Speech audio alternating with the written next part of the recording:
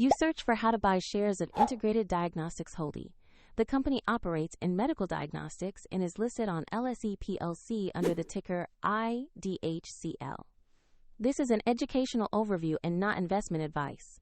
To trade, you need a broker account, and we will use eToro as a neutral example.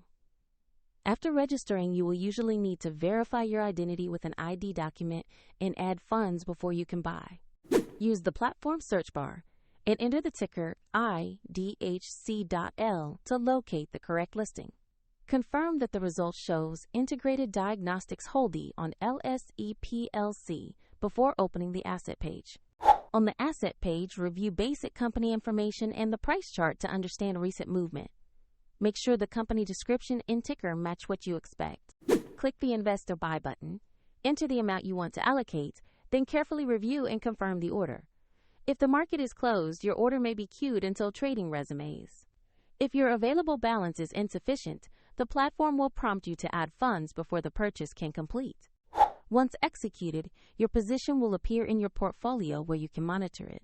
A link to the platform is provided in the description if you want to follow these steps.